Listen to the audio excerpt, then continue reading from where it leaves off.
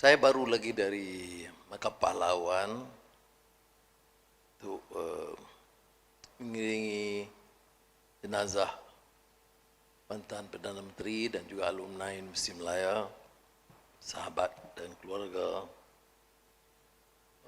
Tun Abdullah Badawi. Jadi wajar saya ambil kesempatan ini untuk mengajak saudara baca Fatihah atau tafakur, mengenang dan mendoakan agar roh dicucuri rahmat. Al-Fatihah.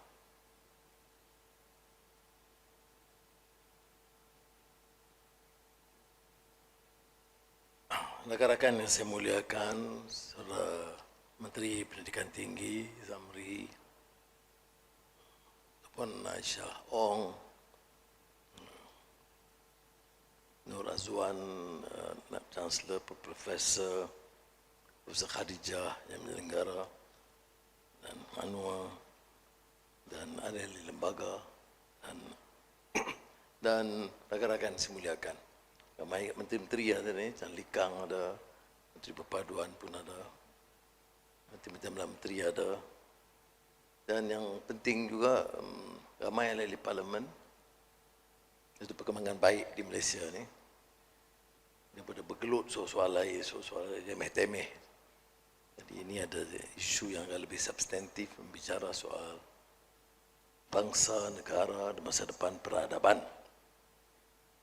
Dan wajah saya juga nyatakan penghargaan, khususnya pada Profesor Osman Bakar dan Profesor Izam Maudin yang sebenarnya menghadai badan dan Dialog Peradaban Universiti Malaya menyusuli dialog Islam dan Konfusianisme. Jadi kalau saya diizinkan singkap sebentar tentang pengalaman 30 tahun yang lalu, ini agak penting untuk kita fahami. Kita hidup di Malaysia ini dalam negara yang pelbagai kaum, pelbagai agama, walaupun Islam agama persekutuan dan majoriti rakyatnya orang Melayu. Tapi kita sedar walaupun kita berkawan, bersahabat, berjiran, belajar satu kuliah puluhan tahun, tapi tidak ada upaya cara bersungguh-sungguh untuk memahami dan menghormati dalam semangat Al-Quran, lita'arafu. Berapa orang Islam yang tahu tentang Confucianism, tentang faham agama Buddha atau Hindu? Sekadar tahu kerana mereka hidup dengan kita, makan, minum dan sama-sama kita dalam hidup, dalam perjuangan. Berapa ramai orang-orang bukan Islam yang tahu Islam agama persekutuan, yang tahu kita puasa, yang tahu ada masjid, tapi hampir tidak tahu tentang Islam, sejarahnya dan peradabannya. Jadi yang kita mampu ialah kerana sekadar mendapat asakan dari media, dan apalagi media yang dikuasai Barat, yang punya sejarah yang tersendiri.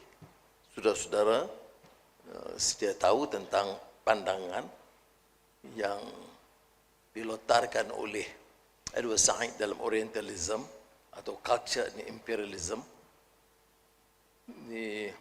yang dianggap tour de force ataupun penyanggahan yang paling keras terhadap pemikiran dominan yang menganggap Barat dan budaya Barat itu superior, tak ada masalah, tapi menghina yang lain, sama ada Islam atau Arab atau India atau Cina atau yang lain.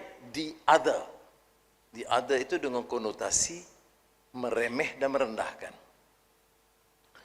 So suggest that we reflect the past experience as to why we strongly advocated the idea of dialogue, Islam and Confucianism. Yes, most dialogues are Islam in the West, Islam and Christianity, which remains quite relevant. But it is particularly of a particular importance here in Malaysia and in ASEAN and the region that we choose to understand the majority of Asians who are, in a way or other, influenced by Confucianist ideals. So we were very fortunate that we were able to assemble scholars and intellectual luminaries internationally with the support of the private sector and some of our media, both the Malay and the Chinese media in this country. We had, for example, scholars from Muslim scholars, Islamic scholars from the Muslim world, from the West. We had this outstanding new Confucianist scholar at that time, Harvard, now in Beijing, Tu Wei Ming, who admitted to me, and with full humility, unlike many scholars, hopefully not here, he says, Anwar, I've been talking about civilization, Confucianism, Neo-Confucianism, Northern Sung dynasty, but I had never had that opportunity to reflect and understand what Muslims and Islam think and consider important as a basic tenet and belief system.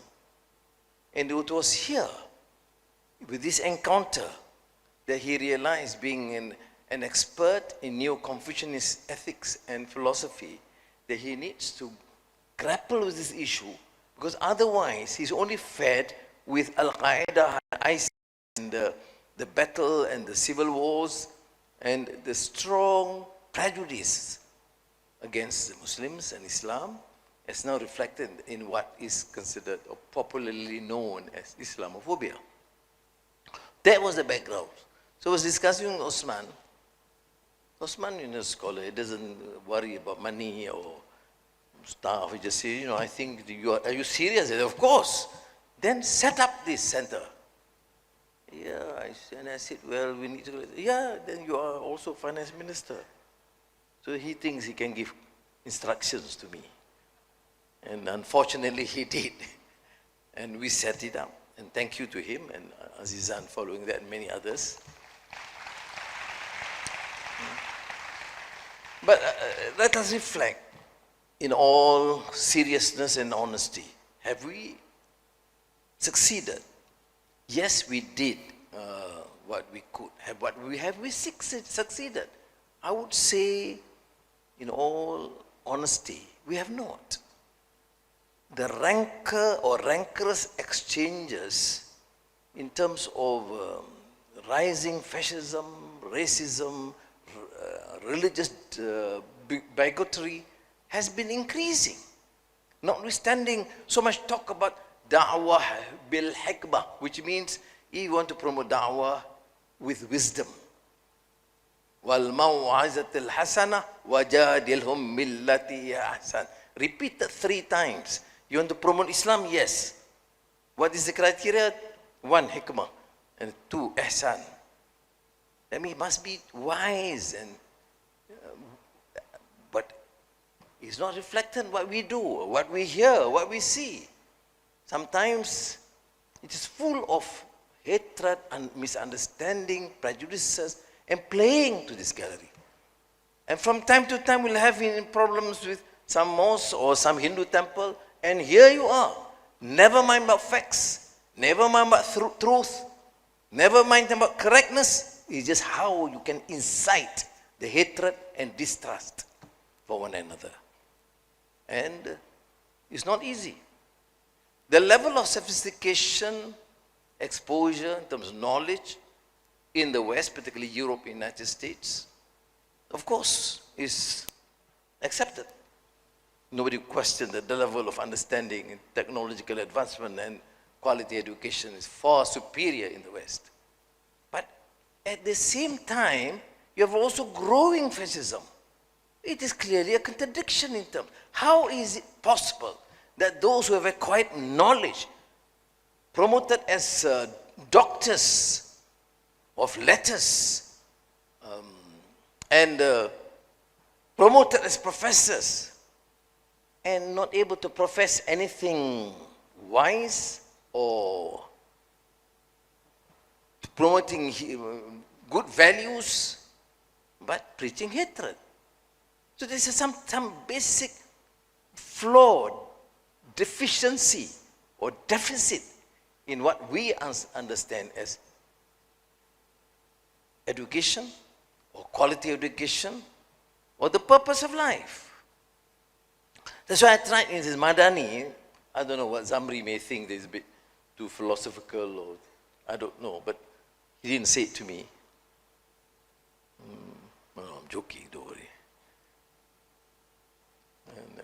But why I've been pushing this idea to say, yes, should Malaysia focus on economic development? Yes. Should economic development and growth become fundamental to ensure our success as a nation? Affirmative. But what's the meaning of success and development and progress when people become semi-literate and dogmatic, inhuman, and condone oppression, abuse of power, or endemic corruption, as you have seen? I was here, no, I'm not talking 50 years ago, I'm talking recently. When we're talking about some of the financial scandals and fiasco, including the YMDB. Don't blame just one person. System was at the fault. Where are the voices of reason? Where are the voices who talk about values in the universities? Why the silence among those elites? So we have to actually answer this very fundamental, pertinent question. What went wrong? Of course, because our education, what we promote, does not also promote understanding, tolerance, and good values. Well, they say we are all educated, we have that, but no. But is this a dream? No. It has been practiced in the past. There's so much tolerance in the past. Yes, you can cite, for example, Nur Azwan was talking about, his wars. Khadija was talking also. Yes, there were, undoubtedly. It's historical fact. Not only among Islam and Christians, or Islam and Hindus, but among the Christians, the Catholics and the Protestants, they cost millions of lives. I was telling my friends, some Muslim groups recently, was shocked and dismayed. They said, what? I was telling him about the Crusades. The Crusades only known to be Muslim-Christian warfare. I said, not entirely true. If you study the history of the Crusade, the first group they slaughtered was the Orthodox Church in Constantinople. You see? Because they think that the Greek Orthodox Church does not represent the true brand of Christianity. Similarly, in Islam, some of the more fanatical segments, factions, sects can be easily prone to this mentality of Khawarij, which means an extreme interpretation. We represent the righteous and the right, and we cannot therefore condone, for whatever reason, those who differ, because they will create mischief and fasad fil ard, which means or corruption and destruction on earth. So you have that. But we have also great stories, a great tale, which must be promoted in this dialogue, which includes, of course, the period of convivencia in the Andalusian experience. You see, the 400 years prior to the defeat and the decadence of Andalusia was this attempt by Christians, Muslims, and Jews working, learning, having this huge exchanges, not rancorous, not of hatred, but to prove that we are in a way presenting the better view, better vision. And there was this healthy philosophical, intellectual debate, forging understanding and respect. They respect knowledge, although you do not necessarily represent the Islamic viewpoint, or the Christians, not the Christian viewpoint, or the Jews. This I remember the address, the Georgetown University in 1993, I think, where I then tried and popularized this convivencia concept, that how those who have this measure of understanding and tolerance should then promote. We are not promoting same faith or same set of differently. However understanding and tolerant I am, I pray differently, I fast differently. That's my belief system. But this does not warrant hatred and enmity. Because the Buddhists may fast differently, of course, and pray differently, and meditate differently. And the mantra can be longer than us. I do appreciate that. Yeah. I tried sitting down with some of my Buddhist friends near Bangkok. You see, we go to Bangkok to do the mantra. I don't know, Nona Zuan went to Bangkok for what? No, okay, back to this focus issue about dialogue or civilization. For us, to me, why we promote values like Madani? Because it's our survival. First, we are promoting what we believe as the truth, at the right period. We are human beings. I don't choose to be a Malay. I am born a Malay. You don't choose to be a Chinese, or you don't choose this color. Some people are not too happy with the color. They have this whitening process. Okay? We don't choose to be that. So this is the beauty to us as Muslims, the creation of Allah.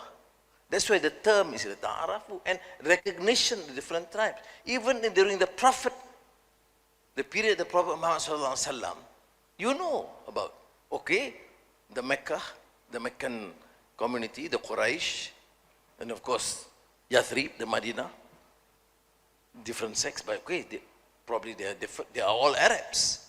But you have Salman Farsi, elevated to a very high pedestal.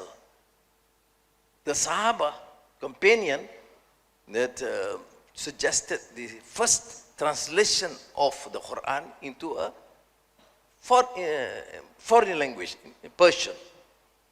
You have Bilal al-Habasha, the black Bilal, thick lips, dark complexion, but elevated as a companion and family of the Prophet.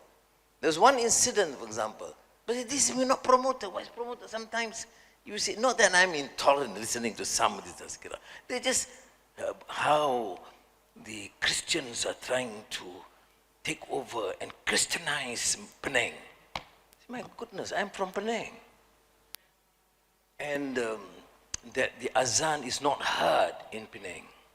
I think you went probably at 3 o'clock in the afternoon, there's no azan. Okay, or probably hard of hearing.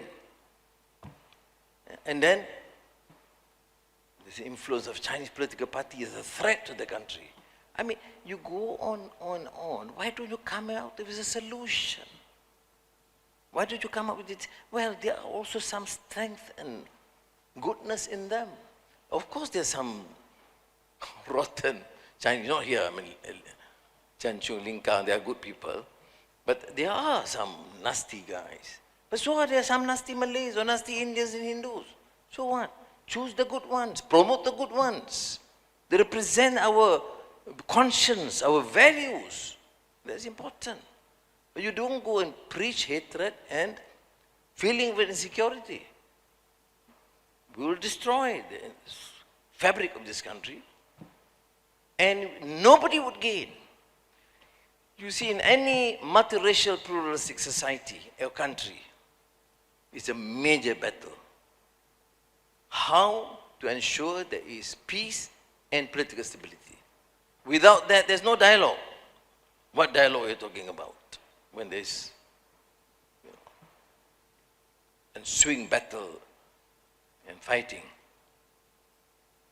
So we are a unique position. We are, alhamdulillah, in a unique position in Malaysia. Notwithstanding some of the problems and skirmishes that we have to endure from time to time.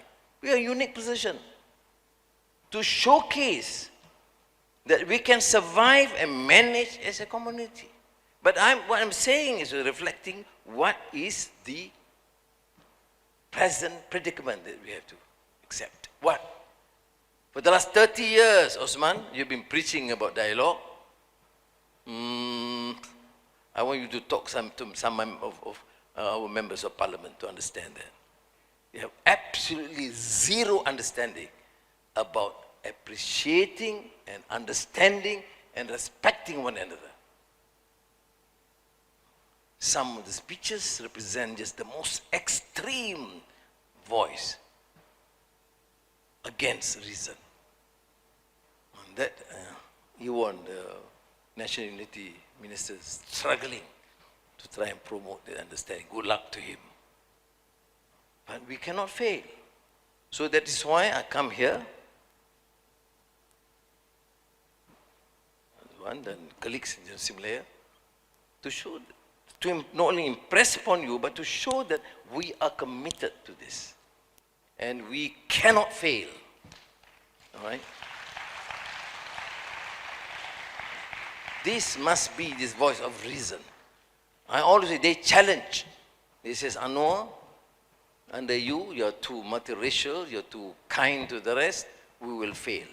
I say, we fail not because we are friendly with the non-Malays. We fail because we condone corrupt leaders, irresponsible and semi-literate leaders representing our cause. We fail because of that. We must succeed if we talk about reason, about respect, about good governance and good values that transcend race. And that, to me, is what dialogue is all about. And of course, I forget, I'm not in a lecture hall. They could see my passion, my excitement. Zamri always say to me that I am in the wrong profession. Because you see me enjoying this, giving these sort of lectures. I forgot, but I have a text actually, yeah. Yeah, very academic. Okay, so in conclusion, let me say this, that firstly, these dialogues are critical for our survival, to understand, appreciate one another, to realize that we are after all human beings. That's the karama insaniya. The beauty and is to promote that sort of understanding and recognize human dignity. If you say human dignity, it transcends class, race, or religious belief. It's what is just, what is right.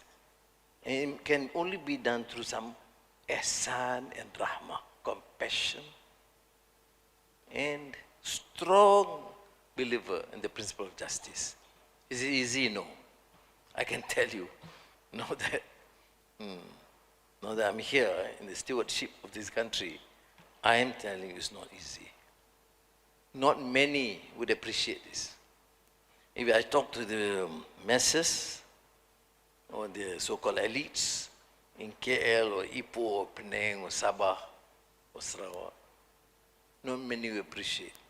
But here comes the Prime Minister who wants to promote strongly dialogue between races, between religions, between civilizations. So it's not just a political gimmick. I don't think I can garner more votes just because I think I need to promote this dialogue.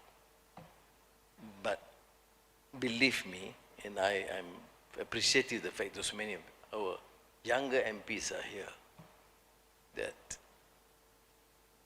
we must be convinced, firstly, this is the right thing to do.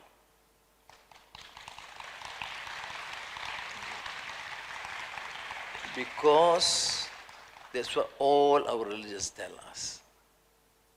Justice and human dignity. And secondly, which is of paramount importance for a multi-ethnic country like Malaysia, this is a guarantee for our own survival. You fall prey to these desperate, semi-literate politicians harping on issues of race and religion. Yes, it's easier. Learn from the experience in Europe. It's easier to be a fascist, to talk about your survival as a race, than to talk about wisdom and compassion and human dignity. So I'm not discouraging you, I'm just telling you this is our challenge. A challenge to teachers and professors, a challenge to universities. We have to promote what is right, what can guarantee our peace and security, or to fall prey to the voices of unreason and which cause calamity to this country. Jadi sekali lagi saya ucap terima kasih kepada saudara kerana sabar sekali dengar. Dan percayalah saya bercakap dengan perasaan dari hati sanubari untuk menggalakkan persefahaman yang lebih baik di kalangan kita dalam rantau ASEAN dan Asia sebagai contoh untuk kita sampaikan kepada dunia bahawa dalam keadaan pertembungan yang sengit, yang tidak menentu, pembenturan fahaman dan idea, masih ada upaya di kalangan yang mahu pertahankan prinsip hidup, kemurnian yang berdasarkan nilai sejagat. Terima kasih. Wassalamualaikum warahmatullahi wabarakatuh.